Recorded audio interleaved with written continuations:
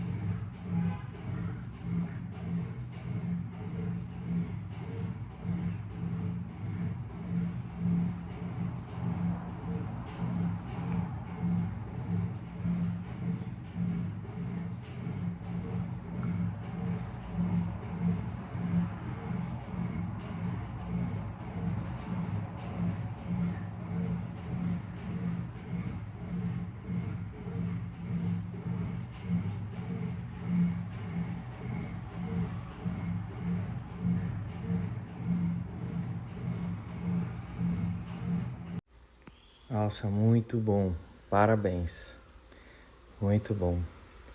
Incrível. Gostei muito da sinalização, das expressões. Agora a gente vai analisar.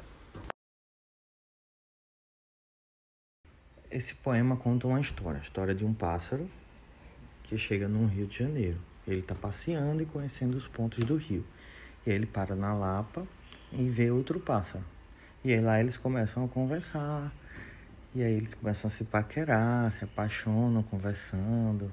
E depois eles se despedem e vão embora. E aí o pássaro volta pelos lugares do rio e vai embora.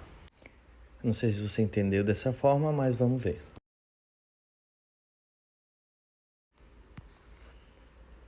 O narrador e os personagens.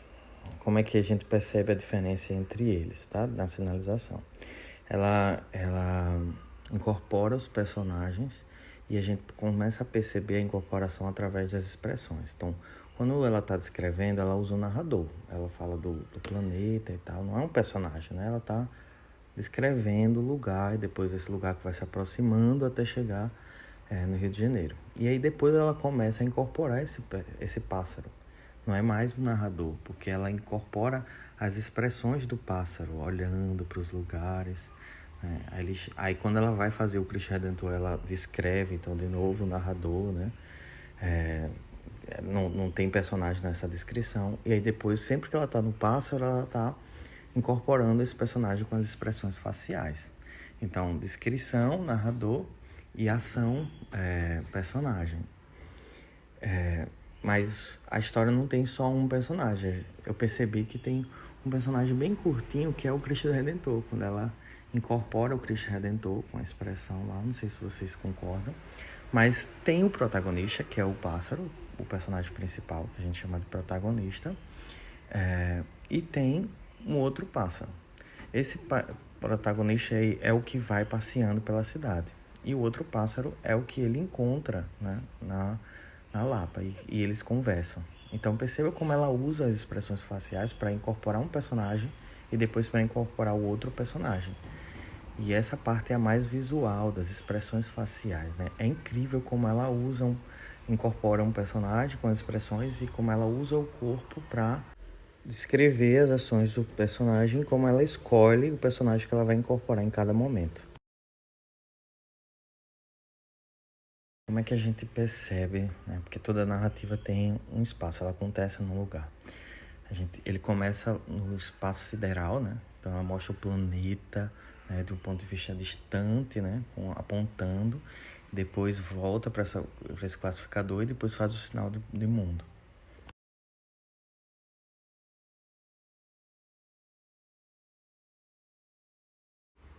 Então, cada parte dessa é a descrição do espaço.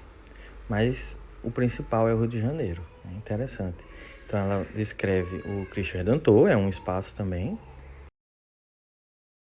Depois, ela descreve o Pão de Açúcar, né, o bondinho.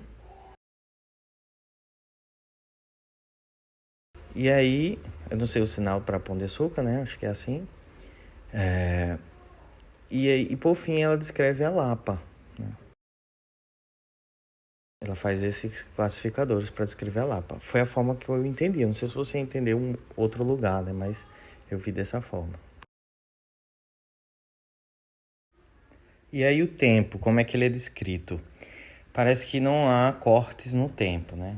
A história é contada num tempo só, direto. O pássaro está sempre passeando. Mas tem uma coisa que eu achei incrível e não sei se vocês vão concordar comigo.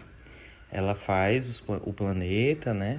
E aí o decorrer da história até no final que os pássaros se despedem. E aí parece que ela volta no tempo. Ela faz esse movimento.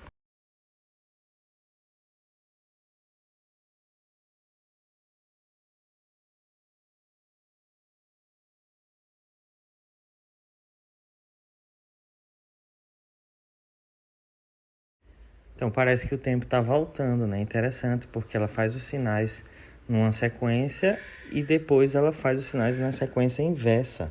Eu achei incrível isso, assim. Foi uma criação dela, né? De mexer com os sinais e não é fácil fazer isso, né? Pode ser só uma forma de sinalizar, como pode ser uma marca temporal.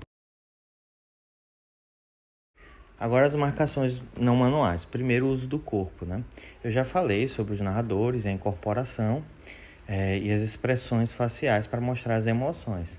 Parece que se ela não usasse tantas as marcas não manuais, a gente não ficaria tão bonito, né? E ela usa as marcas não manuais para marcar os personagens, né? Quem são os personagens, mas para marcar as intenções e as emoções. E a parte mais bela, né, do poema é a maneira como ela usa as marcas não manuais, que sem elas o texto ficaria mais simples, mas é uma parte incrível e bem visual. Então, no uso das configurações de mão, eu trago esse exemplo, né? Que é da configuração de mão do pássaro. E como ela brinca com os pássaros, né? Ela faz, por exemplo, aqui o sinal de coração com eles, faz eles interagindo, se abraçando, né? E tudo com essa mesma configuração de mão. Isso deixa tudo bem interessante, assim, nessa parte. E ela usa também as configurações de mão para os classificadores, né? Para fazer os classificadores, que sempre torna tudo muito mais visual. Ela não se prende tanto a sinais, mas usa os classificadores para descrever cada espaço, cada lugar, né? Foi a forma como ela pensou, né? Deixar os sinais de lado e trabalhar com classificadores para o pássaro, para os lugares. Então ela faz ali o bondinho, ela faz o pão de açúcar, tudo usando classificadores. Isso deixa tudo bem interessante. Tem uma coisa sobre movimento que eu gostaria de falar, que é a repetição. E a repetição, ela traz para o olhar, né, para a visualidade, algo muito bom, muito belo. Então ela faz esse movimento, por exemplo, e depois faz o movimento voltando. E aí faz esse movimento 3 vezes, mudando a configuração de mão. Depois ela muda para essa configuração de mão, mas o movimento é o mesmo. Isso deixa legal, né? E além do movimento, ela muda também o ritmo, ela deixa mais rápido, né, com o passar dos sinais. Então ela faz devagar, depois vai um pouquinho mais rápido, depois vai mais rápido ainda. Parece que dá uma sensação de que algo está chegando bem rápido, sabe? Dando um zoom, assim. Então tudo isso é feito com estratégias de movimento e que deixa tudo muito mais rico, né? E ela usa também os movimentos na hora que ela faz aquele efeito de volta no tempo, né? Ela usa os sinais numa direção e depois usa o movimento contrário. Primeiro o bonde subindo, depois o bonde descendo. Então, no ponto de articulação, o que a gente pode dizer? Na hora que ela está fazendo os pássaros interagindo, ela usa as mãos e o ponto de articulação na mão, mas usa também o corpo como ponto de articulação, né? Então ela vai alternando e é bem interessante. Agora, o que a gente pode interpretar desse poema? O que a gente percebe, né? Ele é uma denúncia, uma crítica? Parece que não. Parece que ele é um poema que mostra uma certa felicidade, exalta a natureza, né? Mostra a harmonia da natureza. Ele mostra como o Rio é uma cidade bonita, uma cidade que tem problemas, mas esse poema está ali para exaltar a beleza da natureza no Rio e também para exaltar, né, e celebrar o amor ali entre os pássaros, né? Que está presente na natureza, como eles se relacionam.